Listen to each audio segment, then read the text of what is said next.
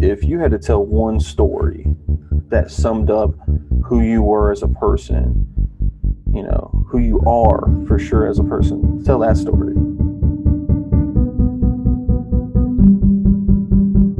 When I wake up every morning, I try and be more efficient than I was yesterday, and I try and be less of a piece of shit than I was yesterday. So if I can get answers to those two questions, I come out a better person at the end of it.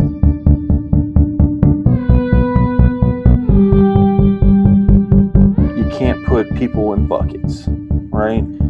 We all are a culmination of our experiences in our past and stuff like that, but we all have a brain, which kind of makes it hard for us to put anyone in a bucket because everyone is vastly different. Back to back, like we're on the cover of Lethal Weapon, it's No Universal Answers to the Universe with Taylor Hall and Kenneth Gibbons. Welcome to the final episode of Season 1, Universal Deep Dive number 3, Travel. Kenneth, take it away. All right, so before this episode, Taylor put together a list of questions he wants us to go through and talk about. But first, we actually started talking about it a few minutes ago. We're going to talk about travel, pretty much what we have done, what he's been going through for the last couple of weeks, months, and then, what I went through as far as traveling for work when I first got on the road full time. So, I think where we got to was I asked Taylor what the weather was like where he is at, and he said that he's getting his second snow of the season, but the first snow that they plan on that I guess they think is going to stick. It is not even December. Oh, it is December 1st. Today is December 1st. So, but he said it's probably going to snow off and on until May, which to me sounds miserable. It's like 60 degrees here, and I'm in a hoodie. So, Taylor, kind of talk us through how you're going to make it. So yes, my separate podcast, Surviving Boston, the Southerners Take on the Northeast, launches sometime after Christmas. But until then, I've got my snowshoes, I've got my boots, my hat, my jacket, and I may just wear these headphones on the walk to the office. But I love living in Salem because even when it snows, I've got a 15-minute walk to work. So if I don't have to drive in it and I don't have to deal with rush hour traffic, I can handle it for a little bit. Okay, so this is something we haven't talked about. You walk to work. I do, yeah. Salem is 3.7 miles and has about 40,000 people. So we are just kind of tucked in a tight little box with a lot of really great restaurants. How close are you to the coast? To like 300 feet that way and like 500 feet that way. Oh, wow. Yeah, So it's on an inlet right before the Cape. Oh, okay. It has in my life living in Georgia. I lived in Georgia pretty much my entire life until I left college. So for the most part, lived in Augusta, and I think it snowed twice in 21 years. And the first time, I don't think it even stuck. The second time, it stuck. I'm putting in air quotation marks, and we got like a whole 3/4 of an inch or something like that. Like it was almost impossible to even make snowballs. It was terrible. But everything closes in Georgia when it snows or when it ices or whatever. So it doesn't happen very often. They're ill prepared in the South. I'm sure the same thing would happen here in Columbia, but I saw a lot of snow when I was up in Green Bay, and I saw a okay amount of snow when I was in Utah. But yeah, so talking about, I guess, traveling for work, you moved from just north of Charlotte.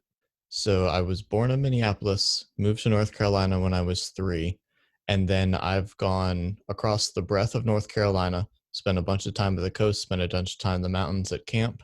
Yep. I've been up now as north as Vermont on the East Coast, and I've been down halfway through Florida, planes, trains, and automobiles, but I haven't really seen too much of the country, and I haven't been really outside the country, except for the 5 minutes that I paddled a canoe into Canada. Okay. So as far as your traveling goes, has it mostly been for like moves where you're like living moves, or have you taken vacations to some places? Kind of late high school and all throughout college, I was a big fan of doing the journey thing and just hopping a train somewhere. because Amtrak can be so cheap on the East Coast. So a lot of it has just been day trips for fun. I would go around North Carolina, just go a couple stops up and down the line starting in Charlotte. And then the longest would have been going down to Florida to see Thomas. I think it was after like the first summer at camp. Yeah, so that's like almost all the way in Orlando. Okay, so that makes sense. And like when you go to these places, are you primarily checking out like the local fair, or are you more like a tourist and going to like the big attractions and things like that? In the past, it's been more attractions, see the sites, monuments, museums. Now that I've started to cook a lot more, I want to travel almost exclusively for cuisine. So I'll probably end up Uh, revisiting a lot of places I've been to because I didn't think to try the food the last time. yeah. So that's what's fun, I guess, when you go to new places. I always try and find like the local restaurant or the local digs where people that live there, not just are visiting where they eat. So I try to avoid like the big name brands and stuff like that. Obviously, sometimes you can't do that. Um, so like for instance, when me and Denzel were on the road and we were in like Louisiana or Mississippi and stuff like that, you would be like 30 minutes from the nearest Walmart, and literally some of the mom and pop shops that you saw, you're like, I don't know if they even do health inspections here. I'm gonna steer clear because there's nothing worse than getting sick on the road. Like when you really don't have time or really sometimes money to even like go home and be sick at home. So um, yeah, got to steer clear sometimes. Actually, a counterpoint to that, I remember reading that Anthony Bourdain said he would eat at those really divey places because we only go around the sun a couple of times. And what's a little food poisoning when it comes to tasting like exquisite cuisine? So, where do you draw that line? What is too skeezy that you're not willing to try food that it could be amazing? Um, I like it if the building is like structurally sound from the outside, because there's some places where you're like, that could fall while I'm inside. I try and steer clear of those like right off the bat. There are there are just some foods that I'm not gonna try. So like when we were in, and I don't even think Denzel was with me. I was driving to Vicksburg, Mississippi, and there was like this shack on the side of the road, and it was like all you can eat chitlins for like $6.99, and in my mind I'm like, all right, I don't even want to drive by that place because the process smells terrible. I wanted to vomit. Like that was back when I had my old Mustang. I think the AC was broken at that point in time. Maybe I hadn't fixed it yet. I don't know. That car's falling apart. But I had the windows down, and I'm like, ooh, roll the windows up. And that was before I even got to the sign. Then I saw the sign. I'm like, that's what that smell was. And I hadn't like. Then I saw the shack, and the shack was falling apart. I'm like, then you think about it, and you're like, how good can it be if it's all you can eat for $6.99? And I'm just like, nah. So like, there's some lines. I don't know if there's like a hard fast rule as to what my line in the sand is, but um, I would say that I'm also more adventurous than some people. Like when me and Tab were in Jamaica, her parents took us on a cruise after our freshman year of college. I actually postponed my knee surgery to go on the cruise, and we stopped in like um, the Bahamas, Mexico, and Jamaica. And when we were in Jamaica, we're walking and there's like street vendors, and one of the street vendors is like handful of jerk chicken for whatever $2 or something like that. So I gave him a 5 and I told him to keep the change, and he's like, oh, he's very gracious, and he literally like the sign said handful, but I thought it meant like a scoopful or whatever. Nope, he grabbed a paper towel, stuck his hand in the pot of jerk chicken, put it on his napkin, and handed it to me. And Tab's like, don't eat that. Don't eat that. And in my mind, I'm like, I've got to eat jerk chicken. I'm in Jamaica. Like, I've got to do this. And I tell you, the best jerk chicken I've ever had in my entire life. And it was absolutely worth it. Didn't get sick. But it was a risk I took then. Now being a little bit older and wiser, not sure if I'd take the same path, but it was absolutely amazing. So there are some things that you do but there are some things that I won't do. I won't do. I always just think of stuff like that because both of you and I have eaten in a lot of Waffle Houses. Yeah. So we've both eaten in Waffle Houses that if they were to be given a health inspector grade, it would be 70 or below. And I think that's probably about my line, like 65, 70. If the health inspector found that many things wrong, then maybe I'll go one more exit down. Yeah, no, that's a good point. We do eat in Waffle House, and I just try not to think about it. I try not to look at the floor in Waffle House because like the floor tells the story. Like that floor is dirty. Like, and I see them mop it, and it's like dirt that you ain't gonna get up. Like it's just not. It's there. It is part of the restaurant. Um, so I just try not to think about that or talk about it. Normally I'm drunk when I go in there anyway, so it's just like the alcohol is gonna kill the bacteria, which is not true, but you can believe what you believe. Well, that's a perfect pivot into what's some of the better travel experiences. We'll give our travel stories the compliment sandwich. We'll start good, go low, and then finish up with places we want to visit. So, Okay. what places have done right by you? My absolute favorite place that I've ever been probably was in Oxnard, California. It's about 45 minutes to an hour west of LA. It is on the water. You get a nice sea breeze all day, every day.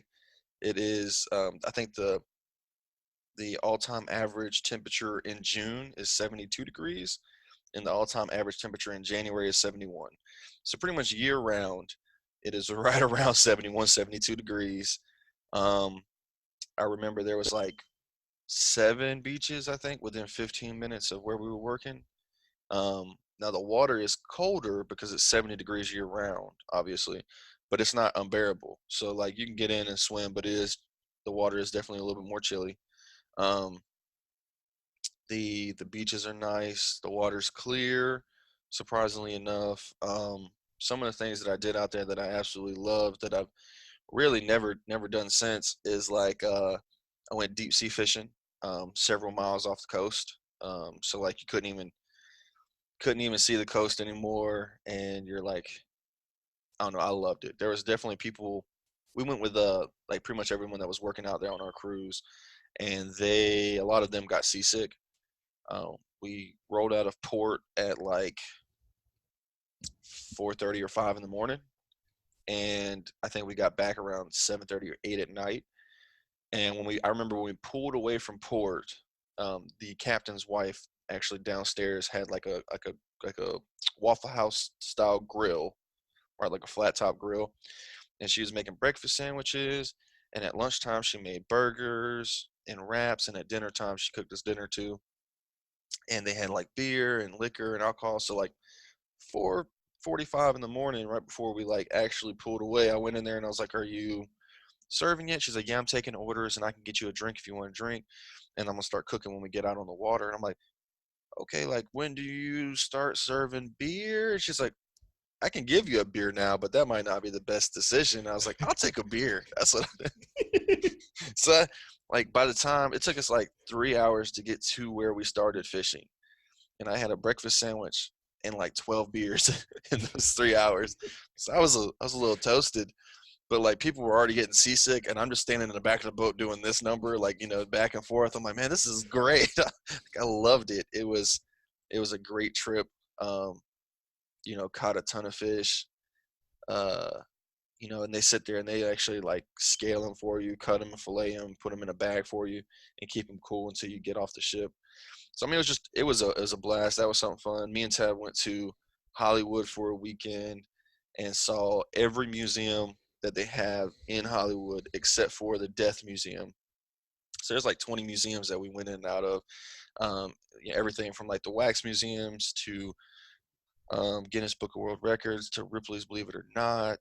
Um, that was really cool, and you get to see a lot of like film history, right? So like they had like the original Creature from the Black Lagoon, that outfit's like on display in one of the museums, stuff like that you wouldn't see anywhere else.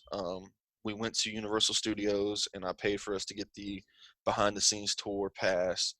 So like we went actually out onto their lots where they film shows for like NBC and Like we walked on the set of The Good Place, and um, that was really neat. Like seeing there's those sets that they build for like you know a house on the show, right?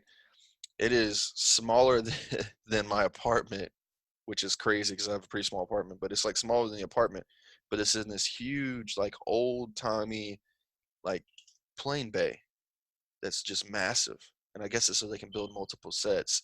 But like the one set is like extremely small in this big wide open area, but it was cool to see stuff like that. Um, I loved it. The weather was beautiful. A lot of people say that people from California are weird. They're I wouldn't say that they're weird, but it's definitely people I've went, across the country, north and south, east and west. Everyone's different. I don't know if that's weird, but I know you hear that a lot. I thought the people were actually really nice. I think the people out in California were nicer than the people I met up north. So, um, I think it was my favorite place that I visited for work, and I think Jamaica is probably my favorite like place that I visited outside the country. So, what about you? I think Asheville, North Carolina probably takes the cake across the board, whether traveling for business or pleasure. It's part of what got me out to camp every summer, and it's what motivates me to make money in Boston so I can move back to an area like that. Yeah. There is nothing like having a an amalgamation of cuisine that I can eat because it's all hippie, gluten-free, vegan. Yep. If you want live music, you've got live music, Friday drum circle. You want high art, you want local artists. You've got everything within like a 3-minute walk. There Yep. is just something about magical about setting a city like that in the middle of the mountains. Yeah. Oh, I love Asheville. I think we're gonna go to Asheville in January. It's probably to me on the southeastern portion of the United States, including Florida. Like I love going to the beach, but including Florida, I think that Asheville and like Athens, Georgia, are like my two favorite places because they're very similar cities, very similar setups. Asheville's a little bit more hipstery, but Athens is a little bit more of a college town. So like I don't know, I love both those cities. They're both very old cities, so I like the architecture and stuff like that in them too. Yeah, no, that's something that I've still got on my list for Boston, is I could spend the next 3 months seeing the sights and still have quite a bit to see. Oh yeah, you're in the old town too. I mean that town's got a lot of history too, and um, I'm sure that walking around on the like in the actual city would be pretty eye opening. Now, that covers all of the wonderful stuff. So, out of all of your years of hitting the road and pulling crazy long marathon drives, what are some of your kind of least savory travel experiences? Um, are you talking about like the actual place itself or getting to and from? What's it's painful experiences tend to stand out in memory stronger than most. Which times have, whether it's the mode of transportation or the place you landed in, what has kind of gone sour for you? Um, it was pretty miserable driving from Utah to Augusta straight. 32 hours is I'll never do that again. Um, that's just Kenneth being cheap and not wanting to buy a hotel room, and also not wanting to like waste time staying in a hotel room that you're literally just gonna sleep in. So again, that was one of those situations where older, more responsible and mature Kenneth would probably not have done that. I also don't think I have it in me to stay up for 32 hours and drive like I used to. That was pretty miserable drive. The drive from Houston to Vegas was 27 straight, but it actually wasn't as bad. We hit snow in Arizona, which was crazy. The whole state of Arizona was snowing, so that was what added to the drive. Um, but it actually wasn't as bad, even though it was pretty similar length of time. The worst place I visited, um, a lot of the worst places that I visited in the beginning, like probably West Monroe, Louisiana, is the first job I worked on. Me and Denzel got there, and not a whole lot to see. I definitely thought it was cool, and this is, remember this is like the first time I really traveled in the United States outside of like vacationing to Florida beaches or to the mountains. I get there and I went inside Walmart, and you could buy liquor in Walmart, which you can't do everywhere. I've now found out since that, every state has its own little law, and it's not as exciting now. But I do remember in my mind, I went into Walmart. I'm like, man, they got Grey Goose on the shelf. Like, what is this? But there wasn't a whole lot to see there, and unfortunately, a lot of those first few places that we went, we were doing shutdowns. So you're working 14, 15-hour days, 7 days a week for a month straight, and then you're going on to the next place. So you don't really have time to see anything. So I remember it being miserable. Me and Denzel had split a hotel room. So there was a bed and a pull-out couch, and I had a pull-out couch, and the bar just like bruised my upper back where I was sleeping on it. But we would essentially wake up at like 4:30, be at work by 5. We wouldn't get home until 7 or 8. We essentially were eating nothing but fast food because, like, you don't want to. You're in a hotel room, which provides its own issues, but then you're also like, just work 15 hours. I don't want to come home and cook, so we were eating out a lot, just picking up food where we could, and there was one restaurant that we ate at one time. It was during the first week we were there, while they were still getting everything set up, and we didn't work but like maybe 12-hour days. And the woman I was working under was already friends with Denzel, and I had never met her, so we went out to eat. And I remember the food was actually phenomenal. It was like on the river, old, abandoned brick factory, and it didn't even look like a restaurant from the outside. We went inside, and they had this chicken breast that they coated in Frosted Flakes and deep fried, and then they covered it in queso, like Mexican queso, and it was phenomenal. I was just, it was amazing. But like the experience was just bad because it was like you go to work, you come home, you eat, you go to sleep, and you do that for 28 straight days, and I was I was burnt out. Like it was just a rough all around experience. So that's probably the worst place I ever worked in, as far as like on the road, for sure. And it was dirty. The factory they had us working in was not. Put it this way, they made me go out and spray paint the pipes that we were going to demo. So I went out and I'm walking it down with the P&IDs and the drawings, and I'm spray painting it. I get to this one section. There's this pipe that looks really dirty. I go to spray paint it. As I spray paint it, it disintegrates the pipe. Hmm. Yeah, yeah. So I was like, oh. So I went back and told somebody, and they're like, what? They go out there and they're like, you must be hot spray painting the wrong line. We followed it, and they're like, oh no, this is the line. And I was like, this is where I spray painted. There's like a hole in the pipe now. And they're like, well, that's not good. And then we kept following the pipe down, and we realized like maybe another 20 foot down the line, the pipe was all jagged and pointed, and the rest of the pipe was just gone, like just disintegrated. We followed it back to the pump that it was supposed to go to. There was a flange and a little stub out, and everything in between had been disintegrated. And I was like, how long has it been this way? And they're like, we don't know. They don't run this machine that often, but like all the chemicals that were in that pipe were accumulating on the floor. And like there was people who went through 2 pairs of boots in 28 days because the chemicals were like eating through their boots. So it was disgusting. It was dirty. It was probably not healthy. It was long days. Like I remember me and Denzel were standing there, and I was looking over his shoulder while he's putting in something in the system, and I fell asleep standing up. I was like, this is just miserable. So yeah, that was probably my worst. What about you? My worst travel experience doesn't have as much to do with the location itself, but enough went wrong that it's probably the reason that I'm not friends with Thomas to this day.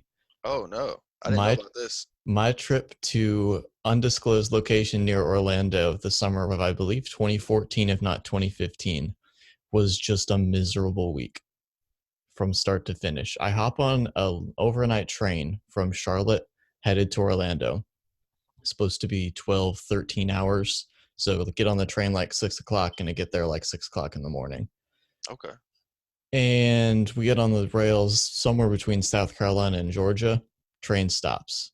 Not a stop outside, guess we supposed to be stopping for something else. They come back and let us know that the literal tracks are on fire a couple miles ahead. And we're just going to be stuck until they get it out and they can certify that the rail can hold weight. Wow. So we're set back like 3 to 4 hours. So I end up rolling into Orlando like 10 o'clock the next day. Okay. And I get there and everybody's fantastic, super welcoming. And then I start to look around at the restaurants and the venue that I've posted up at for the week. The town is a retirement community. I don't know if his family got cheap real estate or what it was, but they were the only people under like 65 in the entire town. I'm gonna intercede here and let you know I've been there and I've stayed with this family. Yep. Like, I've also stayed in other places in Florida. And, like, I have family in Florida. Florida is just a retirement state in general. Okay. They didn't have a high percentage in their town. I do remember seeing that when me and Tab were walking around downtown, but they have a lot of retirement people in Florida in general. Okay. Maybe it was just the demo that was throwing me off at that point. Yeah. But yeah, it rained most of that week. We were going to go to Universal. Universal fell through. Ended up sitting on his couch playing video games half the time. I downloaded video games on his network that crashed my computer, and I had to wipe my entire laptop while I was there. So nothing like doing IT support on vacation. I think there was a screaming kid on the train back overnight, and that was the trip that essentially made me swear off of Amtrak's. I think I'd even take a Greyhound one time to cleanse my palate before I went back to taking the train. So I've always wondered about like Amtrak trains. So is it like the quote unquote Harry Potter experience? Like, do you sit in this little booth that you can close the door and you can read? They bring you food. Like, how does that all work? Picture it's a bus with a slightly wider aisle because it's just kind of pairs of upright seats that move about 45 miles an hour on a fairly shaky rail. And you can go to a concession area, but it's not like a plane where they walk things down the aisle. Spacing wise, do you have more space on a train or more space on a plane? I'd rather be on a train, but I also have been flying 3 deep in Spirit. Okay. 3 deep in Spirit. That should be a hashtag right there. Flying hashtag 3 deep in Spirit. That's wow. Okay. I fly a lot. Obviously, I took like 26 trips last year. So each trip was 4 flights. So I fly from like actually, I'm sorry, each trip was 2 flights. So I fly from Columbia to Dulles International Airport and then from Dulles back to Columbia. So 52 actual flights, or what they call flight segments. And Columbia is a United hub. I can't stand United. Before my old company, I was flying into Augusta. So since Augusta is a local regional airport, all their flights pretty much go to Atlanta or Columbia. But my old company, loved Delta, and Atlanta is a Delta hub. So all my flights would go from Augusta to Atlanta to wherever I was going. And then obviously back to Atlanta, back to Augusta. And I love Delta. Delta was so much better in my opinion, and most of the time I got free upgrades to Delta Comfort. There's a couple times where I got upgrades to first class. My favorite flight situation, I guess, was from LA to Atlanta and vice versa, because you fly on like the much bigger planes where there's like 3 seats on the left, 3 or 4 seats in the middle, and then 3 seats on the right hand side, and like the backs of the seats have TVs, and I mean, it's like a 4.5 hour flight, and you have more room, right? So I like that. That was always fun. But now it's like I'm normally sitting next to somebody. I don't know how it always works out, but I'm normally sitting next to somebody who's bigger than me, and we're in these seats that aren't even made for people my size. So I'm just like, crunched up like this, and then like the cart is like hitting me in the arm as it's going by, and I'm just like, man, I wish I was 3 deep in Spirit right now because this is not working. It's just it's rough. So I actually don't like flying as much as I used to, but I do enjoy like getting to see new places. That's for sure. Second perfect pivot. So what are the places, if you could choose and you were just able to hop on the next flight out? Do you have any places that you consistently would go to, Are you more of a new experience person? What does travel look like to you? So I feel like there's not a whole lot of new things I want to see in the Southeast. So like for me and Tab, when we take trips, like weekend trips, I really enjoy going to Asheville, going to Athens. Um, Even like going to like Chattanooga would probably be fun. I've been to Chattanooga a couple of times. Um, or going to like Nashville or something like that, maybe. Um, but I'm pretty much in my mind, I know where I would go in the Southeast. But if I could just hop on a plane right now and go wherever, top of my list is like Seattle. Always wanted to go to Seattle. Um, New York is on my list, although it's probably not second. If I had to put them in order, it'd probably be like Seattle, San Francisco, San Diego, with the disclaimer that we would go to San Diego during Comic Con, and and then probably New York would probably be like my top four in the United States. Outside of the United States, I want to go to Europe. Tab went on a Europe trip coming out of high school, and she really enjoyed it. And like you know, after working with people from the UK at camp, I really want to go to Europe. I'm 50-50 on the Australia train because there's just too many things there that want to kill you. So that one's like a toss up. But those are probably the places I want to go the most. What about you? I'm of the very odd opinion that I don't feel safe traveling outside of the domestic United States as an American in today's geopolitical climate. Okay. So there's a lot of places I'd love to visit in the US, and I'll kind of jump in on the next one and then pass it back to you. I Okay. was going to line it up with, if we were given 10 grand and the next week off, where are we headed and what are we doing? Yeah. So if I had to go anywhere in the US, I think it probably would be Seattle, because it's not a place that I'd ever want to live. It's Right. way too rainy and way too cold, which, even given where I'm at, I've still got to adjust to.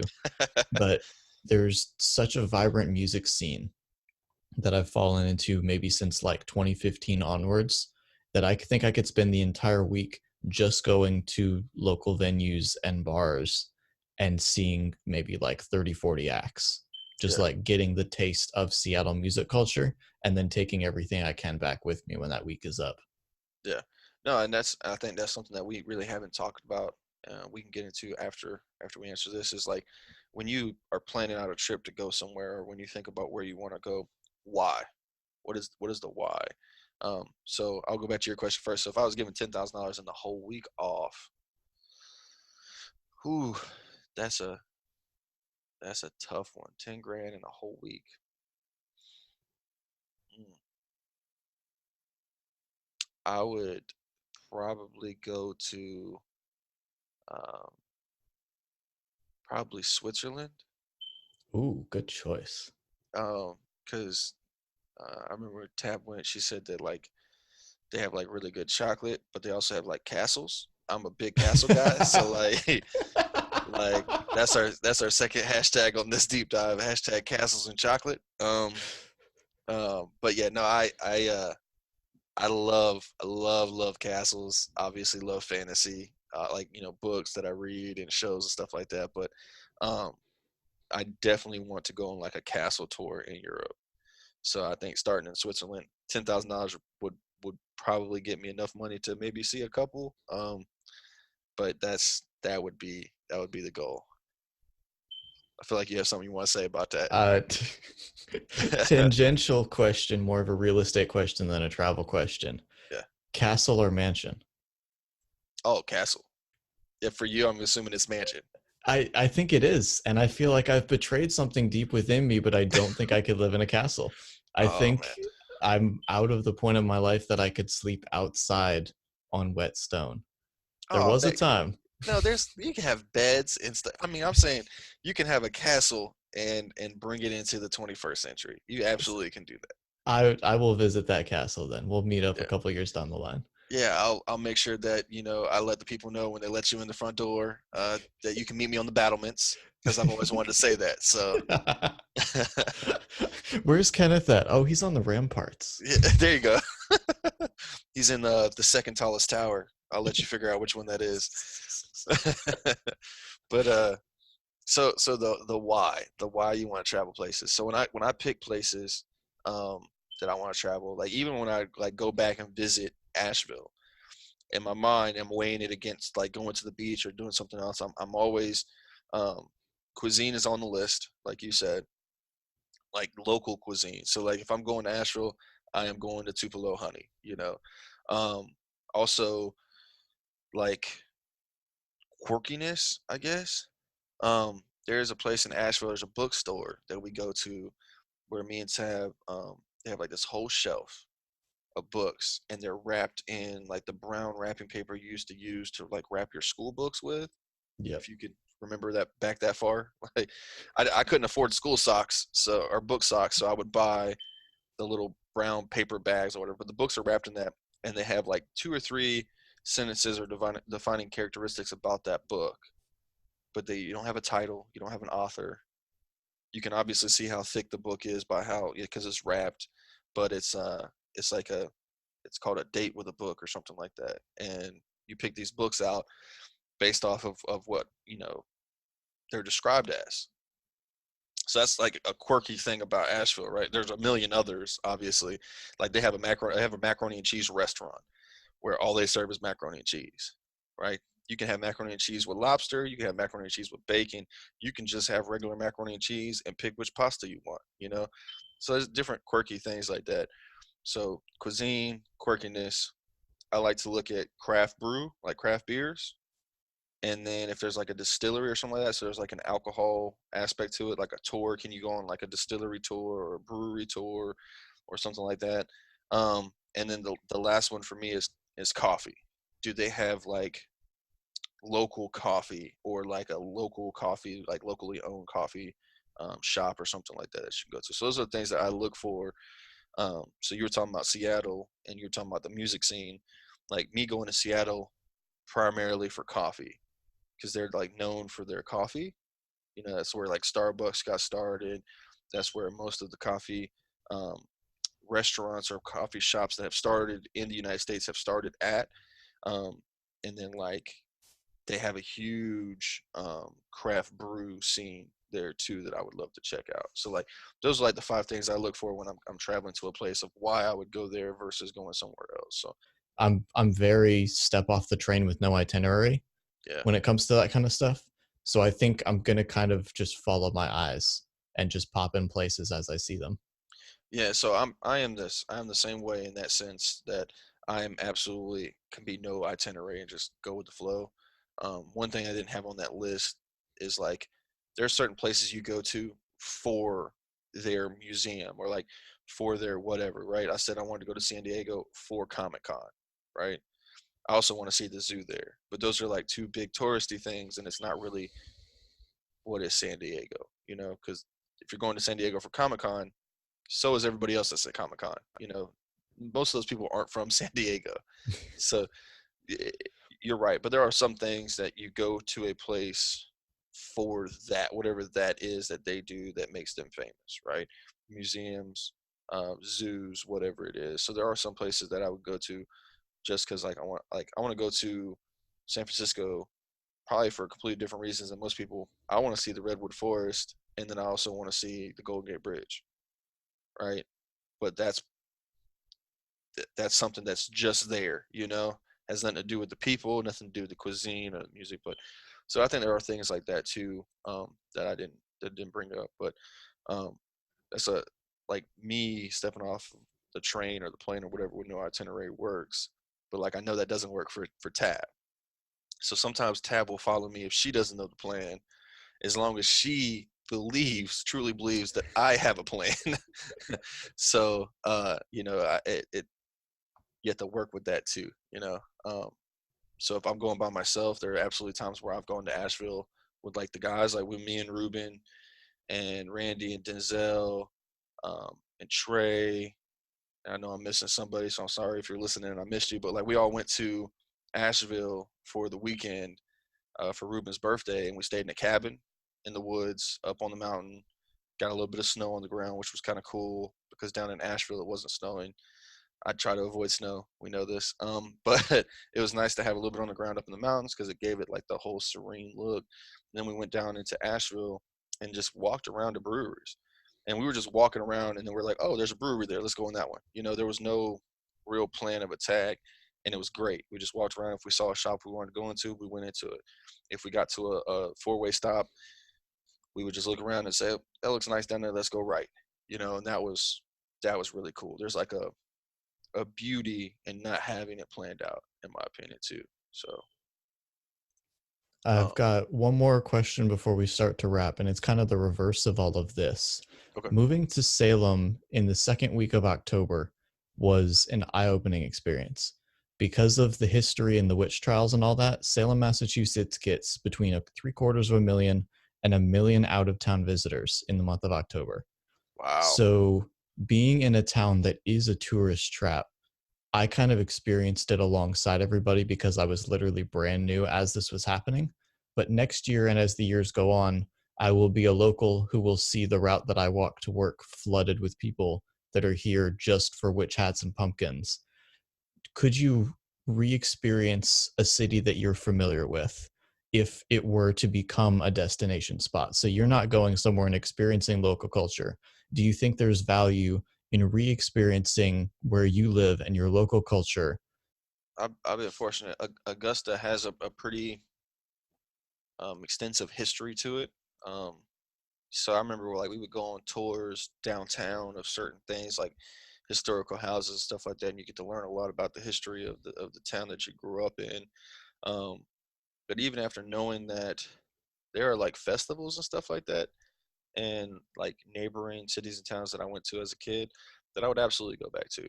Um, Most of it though is not, I guess for me it wouldn't be in the rediscovery of where I'm from or the rediscovery of a city that I already feel is near and dear to my heart. It's more of like the nostalgic feeling that you get from going back to something like that. I would imagine. I haven't lived in I've lived in Columbia now for almost, oh, for me it's been 2 years. Um, and I have missed out on some of the festivals they have here. Like they have like an okra walk. I don't know if I'd ever go to that, but apparently it's a big thing. They Now something that was cool is they do the Vista lighting, so like the downtown lighting for Christmas lights. So it's actually happened last week.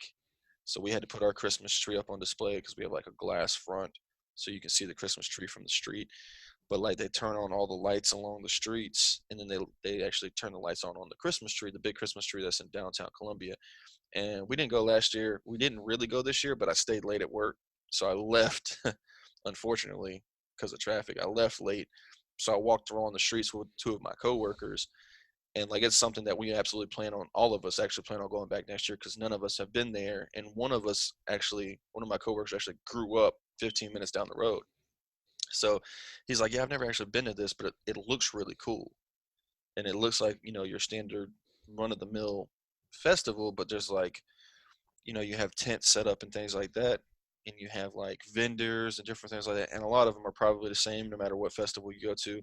There's always somebody who's selling, you know, tree trunk, wood that's been engraved or something. There's always somebody who's doing that. There's always somebody selling bracelets or whatever. But like there was several that were like, homemade chili. I'm like, you know what?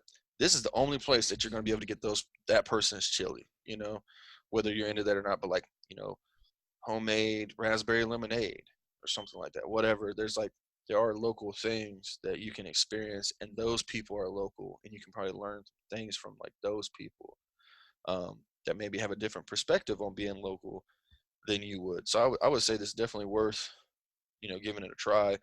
I don't know, like for you, it's probably different because you're where the Salem witch trials were at. We've all read books and all heard stories and all that stuff. But have you ever heard it from locals' point of views? I actually did not take any of the walking tours during that month because it was so clogged up with tourists. Yep. But it seems like everybody just kind of cashes in because it's the 1 month out of the year that the local businesses get that influx of revenue. Yeah. So all of it did seem, while it was really cool and really energetic, did not seem authentic because they were literally trying to do sheer volume. Yeah. And you have to use cookie cutter approaches at a certain point. No, I understand, but like I saw you send me a Snapchat of you at the bar the other day. Like I remember for me being on the road, especially once Denzel left and it was just me, that's where I went. I would go to a bar and I would sit at the bar, and the first person that would come up and sit somewhere else, if they seemed like they were approachable, I'd scoot over and be like, "Hey, how's it going, man? You from around here?" Just start a conversation with them and just talk. And just, even if sometimes you'll catch a drunk person who just tells you their life story and maybe you didn't want to hear their life story, but like there's some sort of value in my mind of like connecting with people on that level. So like I might have learned his story, but it also tells a part of a story about the way of life in this town that I'm at. So I think there's definitely value in that. And I would recommend you, maybe not during tourist season, but if they give tours throughout the regular year or whatever, I'd suggest you take one, just because they might tell you something that's not in the books, and they might tell you something that's not like as well known, you know? Yeah, no, they make their livelihood on fun facts. Yeah, yeah, absolutely. So I would love to come up there and see it, but you said that it's a town of 40,000 people Yeah, and and they then get we get between flooded a three. million people in a month's time. Wow. Yeah, no, Wow. it's there's already no parking in Massachusetts. I don't know where they went. That's pretty much like an influx. It's like doubling your population every single day. Yep. Yeah, no, I couldn't even get to know the local restaurant scene until this past week because I couldn't get service for a couple weeks. Wow. Wow. Um, that's crazy. When I come up, I'd love to see some of the local places. That'd be really neat. That'd be neat for Absolutely. sure. Um, Let's bring it home with this last thing that I've got on the notes. okay. So getting to know local people in a different way, taking transportation more of a literal approach. Put yourself in the seat of someone operating transportation, planes, trains, automobiles. Do you think you could do that kind of thing? And do you think you would thrive in that kind of environment? I left planes off the list because I think you honestly would say, yes, I can fly a plane, even though I don't think you've ever taken any sort of such instruction. I was literally about to say I don't see plane on here, but I think I can fly a plane. But some of the more down to earth methods, be it driving a local bus, it's a little simpler to conduct a train, or driving a cab or an Uber. Do you think you would enjoy kind of shuttling, or do you think that would feel contained and kind of boxing you in, having to be in a driver's seat for a job? um, so I've driven a lot in my life. I think I could do these things. I could drive a bus. I could conduct a train. I could drive a cab. I think not knowing much about it, um, really, and giving it a 30,000 feet view, I would say I'd probably rather conduct a train because you don't have to interact with people as much. I love interacting with people. I'm very extroverted, but I feel like in transportation, no matter what you do, you're not going to be able to please the average traveler, unfortunately. And a lot of times, the person who is at the wheel will say, gets blamed for that, even though a lot of it's not their fault, right? You had a bad experience on the Amtrak train because you got stopped for 4 hours. That was absolutely not the conductor's fault, right? And I'm sure there was a lot of angry people on that train who, right, wrong, or indifferent, was probably taking it out on servers at the concession stand, or taking it out, even though they're not speaking directly to, they're probably talking trash about the conductor or about the train service as a whole, right? And that's something that's absolutely not their fault. There was a fire on the tracks. The alternative, obviously, is, yeah, we'll drive through that fire and blow ourselves up. Is that what you really want to do? And unless you like, it's a really stupid question, right? But until you pose that question to those people who are complaining, they don't actually look at it logically, right? All they look at is, I'm late, so screw everybody else. So I feel like I could drive a cab, I could drive for Uber or whatever like that. Um, but like I've been in Ubers as a customer and cringed when people I was with said certain things.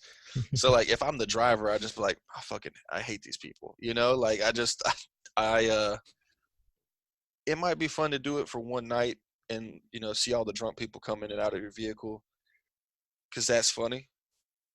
I remember working at Jimmy John's. That was the highlight of our evening, is when drunk people would come in and be drunk. It was funny. Loved that part. Hated making sandwiches. Hated prepping for the next day, but that part was funny. But then it gets old. Then you get to the point where you're working at Jimmy John's and it's like, your 5th week and it's like your 3rd night that week where you're closing at 4 a.m. and a drunk person comes in, and it's not funny anymore. It's just annoying. And you're just like, I really wish we closed at 2 a.m., you know? So even if I could do it, it would be for a short period of time. What about you? I think I got to break it down one by one, but Okay. could not fly a plane. I don't think I could drive a bus for the reasons that you stated for all three. I think that's the one where you're most likely to get stuck in traffic and have no agency over it because you're stuck to exactly the line you're supposed to drive and you have the largest vehicle on the road. That just seems like it goes south. And you've got people that have paid $1 for passage. They're Yeah. not really invested here. Yeah. You know what? You brought up a good point that I didn't even think about. I absolutely would not drive a bus. And it's because you just brought up the fact that normally buses drive a distinct route and it just repeats all day. I would be bored out of my mind. At least with an Uber, like you're going to different places, or even a train conductor, you're going to different places. I could not just drive a loop all day, every day. Couldn't do it. Yep. Couldn't do it. So go ahead. Sorry for interrupting. I think it would be great to conduct a train because there can't be more than like 3 controls and a clock. Like we've automated the stuff at this point. So as long as I'm sealed away like a plane captain, that sounds fantastic. Because my job requirements are be awake and be sober, and I can handle that for a paycheck. Driving a cab, I did not think that I could do that until I moved to Massachusetts. And I've taken multiple Uber rides where I will open the door and I will say, "Hi, how are you doing?" And they will say, "Great." And we will not exchange another word for 25 minutes. 5 stars, $5 tip. I love it. I could drive a cab up here all day because nobody fucking talks to you. Yeah. In the South, see, when you get into an Uber, you're like, "Hey, how's it going?" Mhm. And then you got to ask how their family is, where they're from, because it's like niceties, right? You have conversation because it's considered respectful to ask Yeah. about people. So And here, privacy is respect. So yeah, I could not do it down south, but I could absolutely do it up here. So that's that's funny. that's how we'll wrap our travel episode. Is I want to get out and see people and culture and experience things, but I also want people to shut the hell up and let me get where I'm going. Yeah, exactly. Like I want to talk to people when people are happy. I don't want to talk to people at all when they're an hour late for their destination. So Okay, so let's do a quick synopsis of what we're looking at for season 2. This will finish up our first run of episodes, and we will see all of you back with a slightly revised format somewhere in the beginning of 2020. Kenneth, did you have anything to add on that? yeah, so I think what we're gonna do is we're gonna run out a 15 episode season. Is what our plan is for season 2, with 3 deep dives. One of them being with professionals in the field that we're going to discuss. Don't want to give away too many hints, but we're hoping we can actually open the season with that one. So it'll be a big episode. Check us out on YouTube, Podbean, iTunes podcast, and we'll see you next season.